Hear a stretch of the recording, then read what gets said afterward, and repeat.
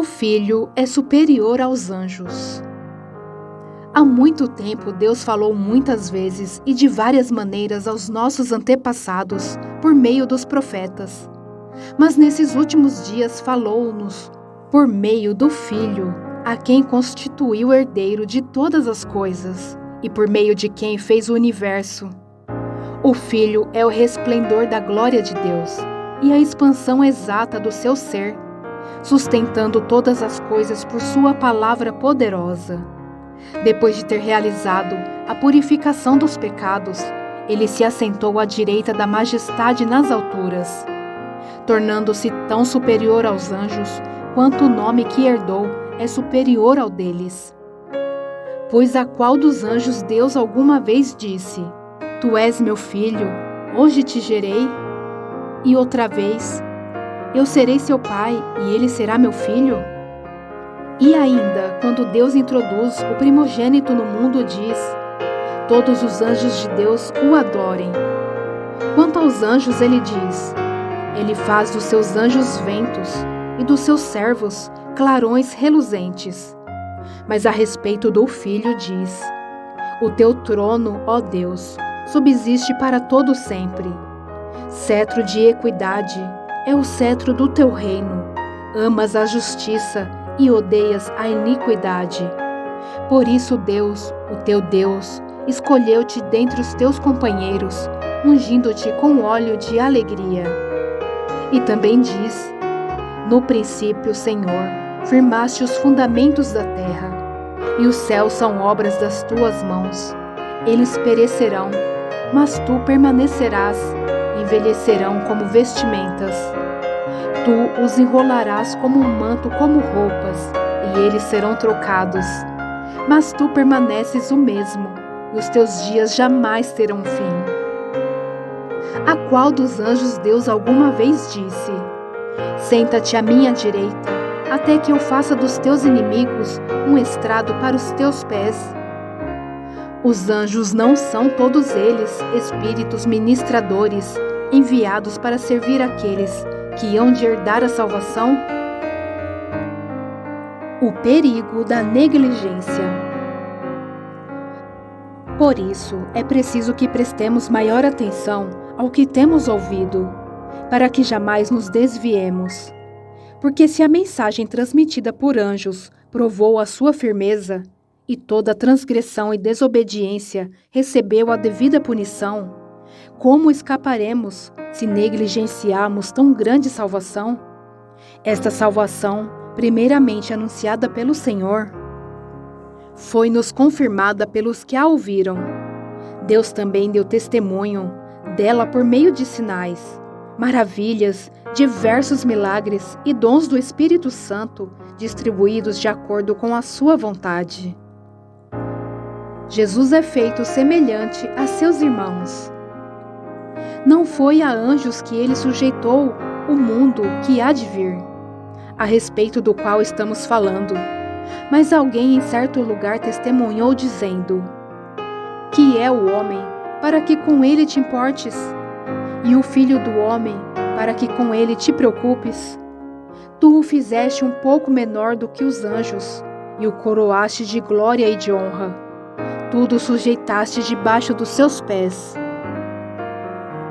Ao lhe sujeitar todas as coisas, nada deixou que não lhe estivesse sujeito. Agora, porém, ainda não vemos que todas as coisas lhe estejam sujeitas. Vemos, todavia, aquele que por um pouco foi feito menor do que os anjos, Jesus, coroado de honra e de glória por ter sofrido a morte, para que pela graça de Deus, em favor de todos, experimentasse a morte.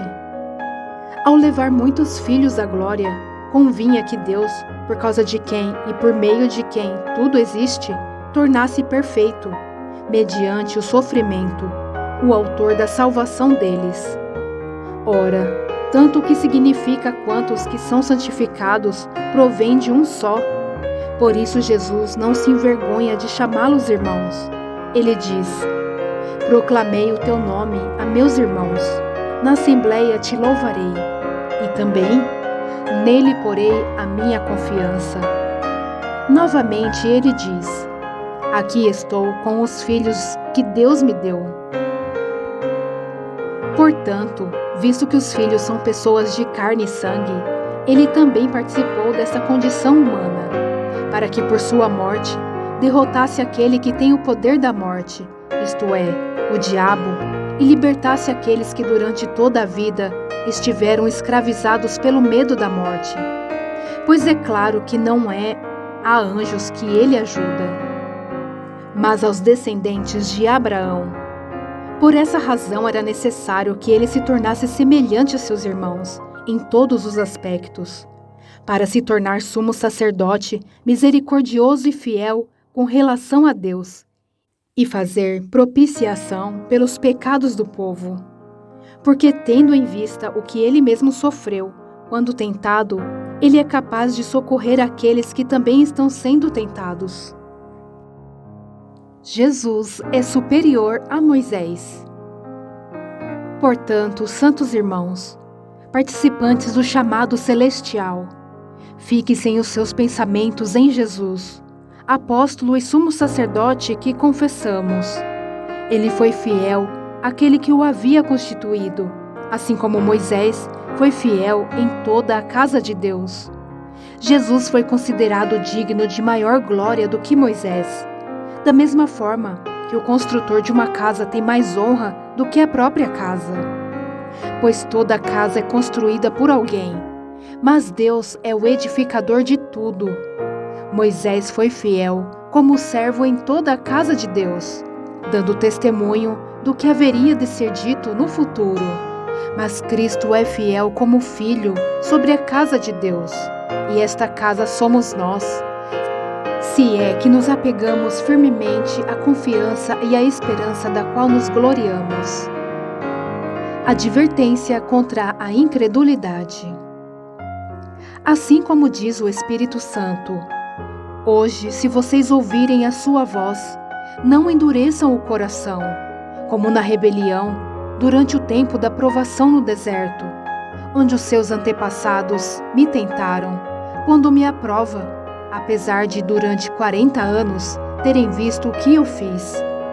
Por isso fiquei irado contra aquela geração e disse: o seu coração está sempre se desviando e eles não reconheceram os meus caminhos. Assim jurei na minha ira: jamais entrarão no meu descanso. Cuidado, irmãos, para que nenhum de vocês tenha coração perverso e incrédulo, que se afaste do Deus vivo. Ao contrário, encorajem-se uns aos outros todos os dias, durante o tempo que se chama hoje, de modo que nenhum de vocês seja endurecido pelo engano do pecado, pois passamos a ser participantes de Cristo, desde que de fato nos apeguemos até o fim à confiança que tivemos no princípio. Por isso é que se diz: se hoje vocês ouvirem a sua voz, não endureçam o coração, como na rebelião. Quem foram os que ouviram e se rebelaram? Não foram todos os que Moisés tirou do Egito? Contra quem Deus esteve irado durante 40 anos? Não foi contra aqueles que pecaram, cujos corpos caíram no deserto? E a quem jurou que nunca haveriam de entrar no seu descanso? Não foi aqueles que foram desobedientes? Vemos assim que por causa da incredulidade não puderam entrar. Um descanso sabático para o povo de Deus. Visto que nos foi deixada a promessa de entrarmos no descanso de Deus, que nenhum de vocês pense que falhou, pois as boas novas foram pregadas também a nós, tanto quanto a eles, mas a mensagem que eles ouviram de nada lhes valeu, pois não foi acompanhada de fé por aqueles que a ouviram. Pois nós, os que cremos, é que entramos naquele descanso, conforme Deus disse: assim jurei na minha ira, jamais entrarão no meu descanso. Embora suas obras estivessem concluídas desde a criação do mundo. Pois em certo lugar ele falou sobre o sétimo dia, nestas palavras: no sétimo dia, Deus descansou de toda a obra que realizara. E de novo, na passagem citada há pouco diz: jamais entrarão no meu descanso. Portanto, resta entrarem alguns naquele descanso, e aqueles a quem anteriormente as boas novas foram pregadas não entraram, por causa da desobediência. Por isso Deus estabelece outra vez um determinado dia, chamado hoje, ao declarar muito tempo depois, por meio de Davi, de acordo com o que fora dito antes: se hoje vocês ouvirem a sua voz, não endureçam o coração. Porque se Josué lhes tivesse dado descanso, Deus não teria falado posteriormente a respeito de outro dia. Assim, ainda resta um descanso sabático para o povo de Deus, pois todo aquele que entra no descanso de Deus também descansa das suas obras, como Deus descansou das suas. Portanto, esforcemo-nos por entrar neste descanso, para que ninguém venha a cair, seguindo aquele exemplo de desobediência. Pois a palavra de Deus é viva e eficaz, e mais afiada que qualquer espada de 2 gumes. Ela penetra até o ponto de dividir alma e espírito, juntas e medulas, e julga os pensamentos e intenções do coração. Nada em toda a criação está oculto aos olhos de Deus. Tudo está descoberto e exposto diante dos olhos daquele a quem havemos de prestar contas. Jesus, o grande sumo sacerdote. Portanto, visto que temos um grande sumo sacerdote que adentrou os céus, Jesus, o Filho de Deus, apeguemo-nos com toda a firmeza à fé que professamos, pois não temos um sumo sacerdote que não possa compadecer-se das nossas fraquezas, mas sim alguém que, como nós, passou por todo tipo de tentação, porém sem pecado. Assim, aproximemo-nos do trono da graça com toda a confiança, a fim de recebermos misericórdia e encontrarmos graça que nos ajude no momento da necessidade. Todo sumo sacerdote é escolhido dentre os homens e designado para representá-los em questões relacionadas a Deus e apresentar ofertas e sacrifícios pelos pecados. Ele é capaz de se compadecer dos que não têm conhecimento e se desviam, visto que ele próprio está sujeito à fraqueza. Por isso ele precisa oferecer sacrifícios por seus próprios pecados, bem como pelos pecados do povo. Ninguém toma esta honra para si mesmo, mas deve ser chamado por Deus, como de fato o foi Arão. Da mesma forma, Cristo não tomou para si a glória de se tornar sumo sacerdote, mas Deus lhe disse: Tu és meu filho, e hoje te gerei. E diz noutro lugar: Tu és sacerdote para sempre, segundo a ordem de Melquisedeque. Durante os seus dias de vida na terra, Jesus ofereceu orações e súplicas, em alta voz e com lágrimas, àquele que o podia salvar da morte, sendo ouvido por causa da sua reverente submissão. Embora sendo filho, ele aprendeu a obedecer por meio daquilo que sofreu, e uma vez aperfeiçoado, tornou-se a fonte da salvação eterna para todos os que lhe obedecem, sendo designado por Deus sumo sacerdote, segundo a ordem de Melquisedeque. Advertência contra a apostasia. Quanto a isso, temos muito que dizer, coisas difíceis de explicar, porque vocês se tornaram lentos para aprender. Embora a esta altura já devessem ser mestres, vocês precisam de alguém que lhes ensine novamente os princípios elementares da palavra de Deus. Estão precisando de leite e não de alimento sólido. Quem se alimenta de leite ainda é criança e não tem experiência no ensino da justiça. Mas o alimento sólido é para os adultos, os quais, pelo exercício constante, tornam-se aptos para discernir tanto o bem quanto o mal. Portanto, deixemos os ensinos elementares a respeito de Cristo e avancemos para a maturidade, sem lançar novamente o fundamento do arrependimento de atos que conduzem à morte, da fé em Deus, da instrução a respeito de batismos, da imposição de mãos, da ressurreição dos mortos e do juízo eterno. Assim faremos, se Deus o permitir. Ora, para aqueles que uma vez foram iluminados, provaram o dom celestial, tornaram-se participantes do Espírito Santo, experimentaram a bondade da palavra de Deus e os poderes da era que há de vir. E caíram, é impossível que sejam reconduzidos ao arrependimento, pois para si mesmos estão crucificando de novo o Filho de Deus, sujeitando-o à desonra pública. Pois a terra que absorve a chuva que cai frequentemente e dá colheita proveitosa àqueles que a cultivam, recebe a bênção de Deus. Mas a terra que produz espinhos e ervas daninhas é inútil e logo será amaldiçoada. Seu fim é ser queimada. Amados, mesmo falando dessa forma, estamos convictos de coisas melhores em relação a vocês, coisas próprias da salvação.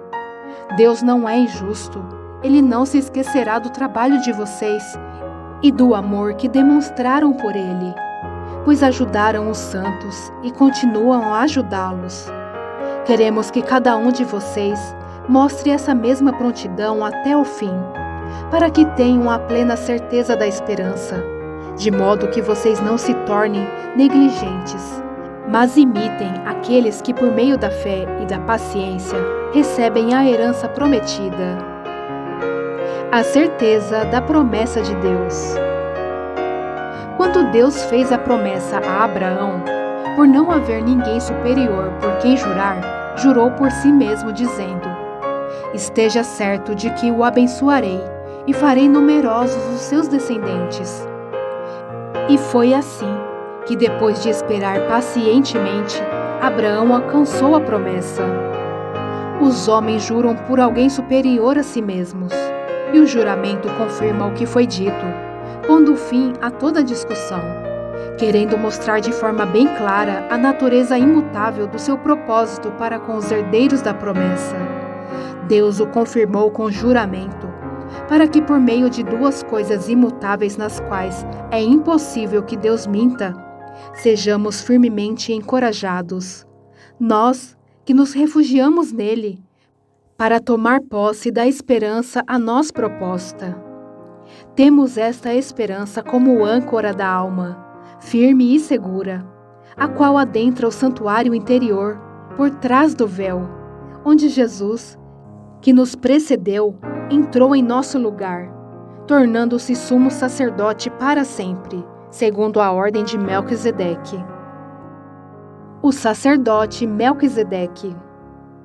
Esse Melquisedeque, rei de Salém e sacerdote do Deus Altíssimo, encontrou-se com Abraão quando este voltava, depois de derrotar os reis, e o abençoou.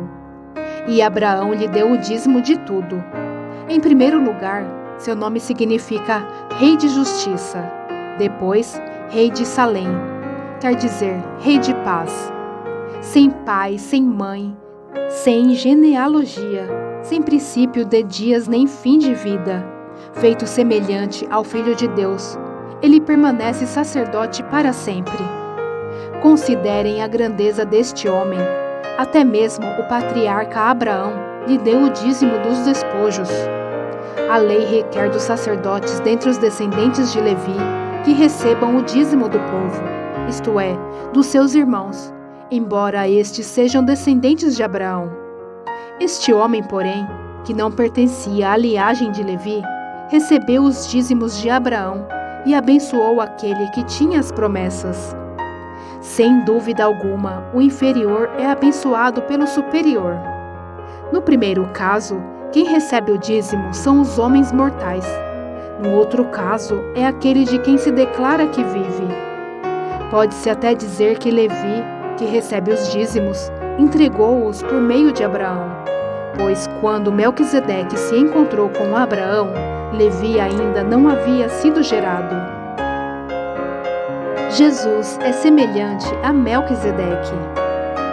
Se fosse possível alcançar a perfeição por meio do sacerdócio levítico, visto que em sua vigência o povo recebeu a lei, por que haveria ainda necessidade de se levantar outro sacerdote, segundo a ordem de Melquisedeque, e não de Arão? Certo é que quando há mudança de sacerdócio, é necessário que haja mudança de lei. Ora, aquele de quem se dizem estas coisas pertencia a outra tribo, da qual ninguém jamais havia servido diante do altar. Pois é bem conhecido que o nosso Senhor descende de Judá, tribo da qual Moisés nada fala quanto ao sacerdócio. O que acabamos de dizer fica ainda mais claro quando aparece outro sacerdote semelhante a Melquisedeque, alguém que se tornou sacerdote não por regras relativas à linhagem, mas segundo o poder de uma vida indestrutível. Porquanto sobre ele é afirmado: Tu és sacerdote para sempre, segundo a ordem de Melquisedeque. A ordenança anterior é revogada, porque era fraca e inútil, pois a lei não havia aperfeiçoado coisa alguma, sendo introduzida uma esperança superior, pela qual nos aproximamos de Deus. E isso não aconteceu sem juramento. Outros se tornaram sacerdotes sem qualquer juramento, mas ele se tornou sacerdote com juramento quando Deus lhe disse: O Senhor jurou, e não se arrependerá. Tu és sacerdote para sempre. Jesus tornou-se, por isso mesmo, a garantia de uma aliança superior. Ora, daqueles sacerdotes tem havido muitos, porque a morte os impede de continuar em seu ofício. Mas visto que vive para sempre, Jesus tem um sacerdócio permanente.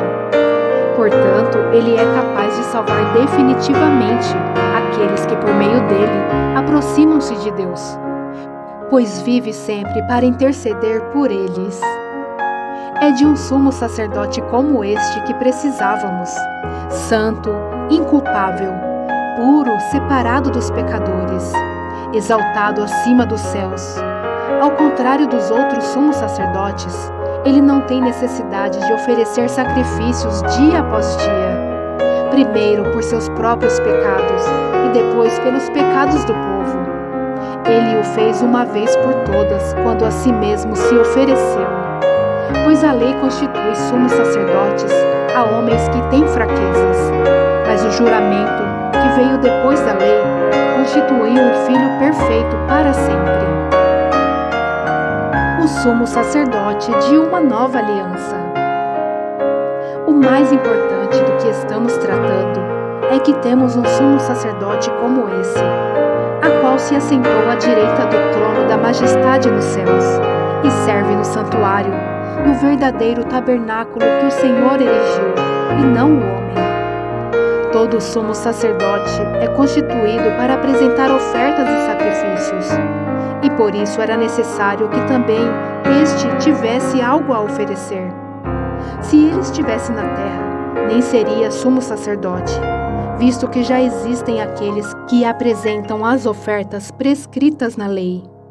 Eles servem num santuário que é cópia e sombra daquele que está nos céus, já que Moisés foi avisado quando estava para construir o tabernáculo. Tenha o cuidado de fazer tudo segundo o modelo que lhe foi mostrado no monte. Agora, porém, o ministério que Jesus recebeu é superior ao deles, assim como também a aliança da qual ele é mediador é superior à antiga, sendo baseada em promessas superiores. Pois se aquela primeira aliança fosse perfeita, não seria necessário procurar lugar para outra. Deus, porém, achou o povo em falta e disse: Estão chegando os dias, declara o Senhor, quando farei uma nova aliança com a comunidade de Israel e com a comunidade de Judá. Não será como a aliança que fiz com seus antepassados, quando os tomei pela mão para tirá-los do Egito. Visto que eles não permaneceram fiéis à minha aliança, eu me afastei deles, diz o Senhor. Esta é a aliança que farei com a comunidade de Israel. Depois daqueles dias, declara o Senhor, porei minhas leis em sua mente e as escreverei em seu coração. Serei o seu Deus e eles serão o meu povo. Ninguém mais ensinará o seu próximo, nem o seu irmão, dizendo: Conheça o Senhor, porque todos eles me conhecerão, desde o menor até o maior, porque eu lhes perdoarei a maldade e não me lembrarei mais dos seus pecados. Chamando nova esta aliança, ele tornou antiquada a primeira, e o que se torna antiquado e envelhecido está a ponto de desaparecer. A adoração no tabernáculo terreno. Ora, a primeira aliança tinha regras para a adoração e também um santuário terreno. Foi levantado um tabernáculo na parte da frente, chamada Lugar Santo. Estavam um candelabro, a mesa e os pães da presença. Por trás do segundo véu havia a parte chamada Lugar Santíssimo, onde se encontravam o altar de ouro para o incenso e a arca da aliança, totalmente revestida de ouro. Nesta arca estava um vaso de ouro contendo o maná, a vara de Arão, que floresceu, e as tábuas da aliança. Acima da arca estavam os querubins da glória, que com sua sombra cobriam a tampa da arca. A respeito dessas coisas não cabe agora falar detalhadamente. Estando tudo assim preparado, os sacerdotes entravam regularmente no lugar santo do tabernáculo para exercer o seu ministério. No entanto, somente o sumo sacerdote entrava no lugar santíssimo, apenas uma vez por ano, e nunca sem apresentar o sangue do sacrifício, que ele oferecia por si mesmo e pelos pecados que o povo havia cometido por ignorância. Dessa forma, o Espírito Santo estava mostrando que ainda não havia sido manifestado o caminho para o lugar santíssimo enquanto permanecia o primeiro tabernáculo. Isso é uma ilustração para os nossos dias, indicando que as ofertas e os sacrifícios oferecidos não podiam dar ao adorador uma consciência perfeitamente limpa. Eram apenas prescrições que tratavam de comida e bebida e de várias cerimônias de purificação com água. Essas ordenanças exteriores foram impostas até o tempo da nova ordem. O sangue de Cristo. Quando Cristo veio como sumo sacerdote dos benefícios agora presentes, ele adentrou o maior e mais perfeito tabernáculo, não feito pelo homem, isto é, não pertencente a esta criação, não por meio de sangue de bodes e novilhos, mas pelo seu próprio sangue. Ele entrou no lugar santíssimo de uma vez por todas e obteve eterna redenção. Ora, se o sangue de bodes e touros e as cinzas de uma novilha espalhadas sobre os que estavam cerimonialmente impuros os santificam, de forma que se tornam exteriormente puros, quanto mais o sangue de Cristo, que pelo Espírito Eterno se ofereceu de forma imaculada a Deus, purificará a nossa consciência de atos que levam à morte, para que sirvamos ao Deus vivo. Por essa razão, Cristo é o mediador de uma nova aliança, para que os que são chamados recebam a promessa da herança eterna, visto que ele morreu como resgate pelas transgressões cometidas sobre a primeira aliança. No caso de um testamento, é necessário que se comprove a morte daquele que o fez, pois o testamento só é validado no caso de morte, uma vez que nunca vigora enquanto está vivo quem o fez. Por isso, nem a primeira aliança foi sancionada sem sangue. Quando Moisés terminou de proclamar todos os mandamentos da lei a todo o povo, levou sangue de novilhos e de bodes, e também água, lã vermelha e ramos de hisopo, e aspergiu o próprio livro e todo o povo, dizendo: Este é o sangue da aliança que Deus ordenou que vocês obedeçam. Da mesma forma, aspergiu com o sangue o tabernáculo e todos os utensílios das suas cerimônias. De fato, segundo a lei, quase todas as coisas são purificadas com sangue, e sem derramamento de sangue não há perdão. Portanto, era necessário que as cópias das coisas que estão nos céus fossem purificadas com esses sacrifícios, mas as próprias coisas celestiais com sacrifícios superiores. Pois Cristo não entrou em santuário feito por homens, uma simples representação do verdadeiro, ele entrou nos céus, para agora se apresentar diante de Deus em nosso favor. Não, porém, para se oferecer repetidas vezes, à semelhança do sumo sacerdote que entra no lugar santíssimo todos os anos, com sangue alheio. Se assim fosse, Cristo precisaria sofrer muitas vezes desde o começo do mundo. Mas agora ele apareceu uma vez por todas no fim dos tempos, para aniquilar o pecado mediante o sacrifício de si mesmo. Da mesma forma, como o homem está destinado a morrer uma só vez e depois disso enfrentar o juízo, assim também Cristo foi oferecido em sacrifício uma única vez, para tirar os pecados de muitos, e aparecerá segunda vez, não para tirar o pecado, mas para trazer salvação aos que o aguardam. O sacrifício de Cristo é definitivo. A lei traz apenas uma sombra dos benefícios que hão de vir, e não a sua realidade. Por isso ela nunca consegue, mediante os mesmos sacrifícios repetidos, ano após ano, aperfeiçoar os que se aproximam para adorar. Se pudesse fazê-lo, não deixariam de ser oferecidos? Pois os adoradores, tendo sido purificados uma vez por todas, não mais se sentiriam culpados de seus pecados. Contudo, esses sacrifícios são uma recordação anual dos pecados, pois é impossível que o sangue de touros e bodes tire pecados. Por isso, quando Cristo veio ao mundo, disse: sacrifício e oferta não quiseste, mas um corpo me preparaste. De holocaustos e ofertas pelo pecado não te agradaste. Então eu disse: aqui estou, no livro está escrito a meu respeito. Vim para fazer a tua vontade, ó Deus.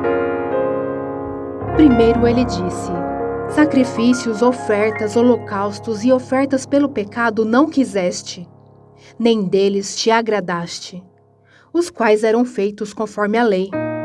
Então acrescentou: aqui estou, vim para fazer a tua vontade. Ele cancela o primeiro para estabelecer o segundo. Pelo cumprimento dessa vontade, fomos santificados, por meio do sacrifício do corpo de Jesus Cristo, oferecido uma vez por todas. Dia após dia, todo sacerdote apresenta-se e exerce os seus deveres religiosos. Repetidamente oferece os mesmos sacrifícios, que nunca podem remover os pecados. Mas quando este sacerdote acabou de oferecer, para sempre, um único sacrifício pelos pecados, assentou-se à direita de Deus. Daí em diante, ele está esperando até que os seus inimigos sejam colocados como estrado dos seus pés, porque por meio de um único sacrifício, ele aperfeiçoou para sempre os que estão sendo santificados. O Espírito Santo também nos testifica a este respeito. Primeiro ele diz: esta é a aliança que farei com eles. Depois daqueles dias, diz o Senhor, porei as minhas leis em seu coração e as escreverei em sua mente.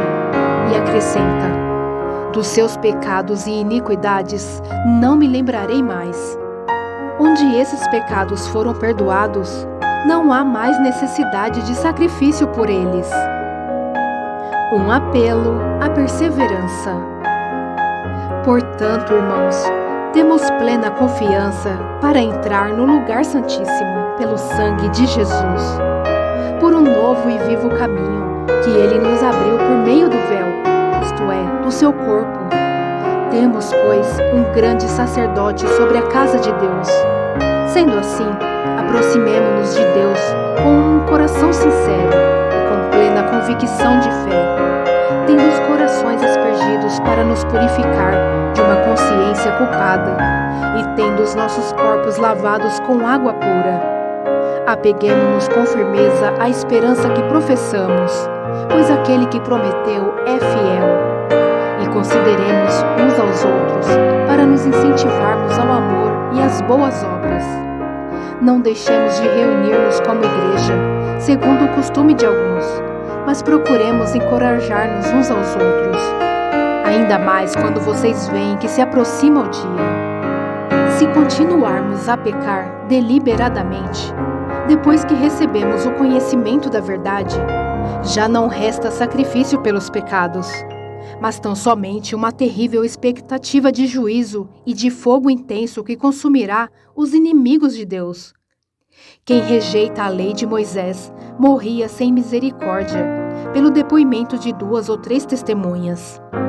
Quão mais severo castigo julgam vocês, merece aquele que pisou aos pés o Filho de Deus, profanou o sangue da aliança pelo qual ele foi santificado, e insultou o Espírito da graça? Pois conhecemos aquele que disse: a mim pertence a vingança, eu retribuirei. E outra vez, o Senhor julgará o seu povo. Terrível coisa é cair nas mãos do Deus vivo. Lembrem-se dos primeiros dias, depois que vocês foram iluminados, quando suportaram muita luta e muito sofrimento.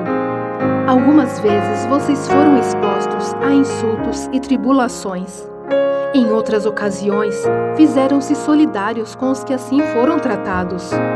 Vocês se compadeceram dos que estavam na prisão e aceitaram alegremente o confisco de seus próprios bens, pois sabiam que possuíam bens superiores e permanentes.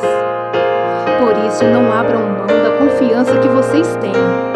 Ela será ricamente recompensada. Vocês precisam perseverar, de modo que quando tiverem feito a vontade de Deus, recebam o que Ele prometeu, pois em breve, muito em breve, aquele que vem virá e não demorará. Mas o meu justo viverá pela fé, e se retroceder, não me agradarei dele. Nós, porém, não somos dos que retrocedem e são destruídos, mas dos que creem e são salvos. Exemplos de fé. Ora, a fé é a certeza daquilo que esperamos e a prova das coisas que não vemos, pois foi por meio dela que os antigos receberam bom testemunho. Pela fé, entendemos que o universo foi formado pela palavra de Deus, de modo que aquilo que se vê não foi feito do que é visível. Pela fé, Abel ofereceu a Deus o sacrifício superior ao de Caim. Pela fé, ele foi reconhecido como justo, quando Deus aprovou as suas ofertas. Embora esteja morto, por meio da fé, ainda fala. Pela fé, Enoque foi arrebatado, de modo que não experimentou a morte, e já não foi encontrado, porque Deus o havia arrebatado. Pois antes de ser arrebatado, recebeu testemunho de que tinha agradado a Deus. Sem fé, é impossível agradar a Deus, pois quem dele se aproxima precisa crer que ele existe e que recompensa aqueles que o buscam. Pela fé, Noé, quando avisado a respeito de coisas que ainda não se viam, movido por santo temor, construiu uma arca para salvar sua família. Por meio da fé, ele condenou o mundo e tornou-se herdeiro da justiça, que é segundo a fé. Pela fé, Abraão, quando chamado, obedeceu e dirigiu-se a um lugar que mais tarde receberia como herança, embora não soubesse para onde estava indo. Pela fé, peregrinou na terra prometida como se estivesse em terra estranha. Viveu em tendas, bem como Isaque e Jacó, co-herdeiros da mesma promessa, pois ele esperava a cidade que tem alicerces, cujo arquiteto e edificador é Deus. Pela fé, Abraão e também a própria Sara, apesar de estéril e avançada em idade, recebeu poder para gerar um filho, porque considerou fiel aquele que lhe havia feito a promessa. Assim, daquele homem já sem vitalidade, originaram-se descendentes tão numerosos como as estrelas do céu e tão incontáveis como a areia da praia do mar. Todos estes vieram pela fé e morreram sem receber o que tinha sido prometido. Viram-no de longe e de longe o saudaram, reconhecendo que eram estrangeiros e peregrinos na terra. Os que assim falam mostram que estão buscando uma pátria. Se estivessem pensando naquela de onde saíram, teriam oportunidade de voltar. Em vez disso, esperavam eles uma pátria melhor, isto é, a pátria celestial. Por essa razão, Deus não se envergonha de ser chamado Deus deles e lhes preparou uma cidade. Pela fé, Abraão, quando Deus o pôs à prova, ofereceu Isaque como sacrifício. Aquele que havia recebido as promessas estava a ponto de sacrificar o seu único filho, embora Deus lhe tivesse dito: por meio de Isaque, a sua descendência será considerada.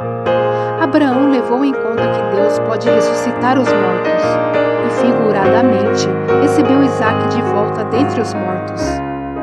Pela fé, Isaque abençoou Jacó e Esaú com respeito ao futuro deles. Pela fé, Jacó, à beira da morte, abençoou cada um dos filhos de José e adorou a Deus, apoiado na extremidade do seu bordão. Pela fé, José, no fim da vida, fez menção do êxodo dos israelitas do Egito e deu instruções acerca dos seus próprios ossos. Pela fé, Moisés, recém-nascido, foi escondido durante 3 meses por seus pais, pois estes viram que ele não era uma criança comum e não temeram o decreto do rei. Pela fé, Moisés, já adulto, recusou ser chamado filho da filha de Faraó, preferindo ser maltratado com o povo de Deus a desfrutar os prazeres do pecado durante algum tempo. Por amor de Cristo, considerou sua desonra uma riqueza maior do que os tesouros do Egito, porque contemplava a sua recompensa. Pela fé saiu do Egito, não temendo a ira do rei, e perseverou, porque via aquele que é invisível. Pela fé, celebrou a Páscoa e fez a aspersão do sangue, para que o destruidor não tocasse nos filhos mais velhos dos israelitas. Pela fé, o povo atravessou o Mar Vermelho, como em terra seca, mas quando os egípcios tentaram fazê-lo, morreram afogados. Pela fé caíram os muros de Jericó, depois de serem rodeados durante 7 dias. Pela fé, a prostituta Raabe, por ter acolhido os espiões, não foi morta com os que haviam sido desobedientes. Que mais direi? Não tenho tempo para falar de Gideão, Baraque, Sansão, Jefté, Davi, Samuel e os profetas, os quais pela fé conquistaram reinos, praticaram a justiça, alcançaram o cumprimento de promessas, fecharam a boca de leões, apagaram o poder do fogo e escaparam do fio da espada, da fraqueza tiraram força, tornaram-se poderosos na batalha e puseram em fuga exércitos estrangeiros. Houve mulheres que pela ressurreição tiveram de volta os seus mortos. Uns foram torturados e recusaram ser libertados, para poderem alcançar uma ressurreição superior. Outros enfrentaram zombaria e açoites. Outros ainda foram acorrentados e colocados na prisão, apedrejados, cerrados ao meio, postos à prova, mortos ao fio da espada. Andaram errantes, vestidos de pele de ovelhas e de cabras, necessitados, afligidos e maltratados. O mundo não era digno deles. Vagaram pelos desertos e montes, pelas cavernas e grutas. Todos estes receberam bom testemunho por meio da fé. No entanto, nenhum deles recebeu o que havia sido prometido. Deus havia planejado algo melhor para nós, para que conosco fossem eles aperfeiçoados. Deus disciplina os seus filhos. Portanto, também nós, uma vez que estamos rodeados por tão grande nuvem de testemunhas, livremo-nos de tudo que nos atrapalha e do pecado que nos envolve, e corramos com perseverança a corrida que nos é proposta, tendo os olhos fitos em Jesus, autor e consumador da nossa fé. Ele, pela alegria que lhe fora proposta, suportou a cruz, desprezando a vergonha, e assentou-se à direita do trono de Deus. Pensem bem naquele que suportou tal oposição dos pecadores contra si mesmo, para que vocês não se cansem nem desanimem. Na luta contra o pecado, vocês ainda não resistiram até o ponto de derramar o próprio sangue. Vocês se esqueceram da palavra de ânimo que ele lhes dirige como a filhos. Meu filho, não despreze a disciplina do Senhor, nem se magoe com a sua repreensão, pois o Senhor disciplina a quem ama e castiga todo aquele a quem aceita como filho. Suportem as dificuldades, recebendo-as como disciplina. Deus os trata como filhos. Ora, qual filho que não é disciplinado por seu pai? Se vocês não são disciplinados, e a disciplina é para todos os filhos, então vocês não são filhos legítimos, mas sim ilegítimos. Além disso, tínhamos pais humanos que nos disciplinavam, e nós os respeitávamos. Quanto mais devemos submeter-nos ao Pai dos Espíritos, para assim vivermos. Nossos pais nos disciplinavam por curto período, segundo lhes parecia melhor. Mas Deus nos disciplina para o nosso bem, para que participemos da sua santidade. Nenhuma disciplina parece ser motivo de alegria no momento, mas sim de tristeza. Mais tarde, porém, produz fruto de justiça e paz para aqueles que por ela foram exercitados. Portanto, fortaleçam as mãos enfraquecidas e os joelhos vacilantes. Façam caminhos retos para os seus pés, para que o manco não se desvie, antes seja curado. Advertência contra a rejeição de Deus. Esforcem-se para viver em paz com todos e para serem santos. Sem santidade ninguém verá o Senhor. Cuidem que ninguém se exclua da graça de Deus, que nenhuma raiz de amargura brote e cause perturbação, contaminando muitos, que não haja nenhum imoral ou profano. Como Esaú, que por uma única refeição vendeu seus direitos de herança como o filho mais velho.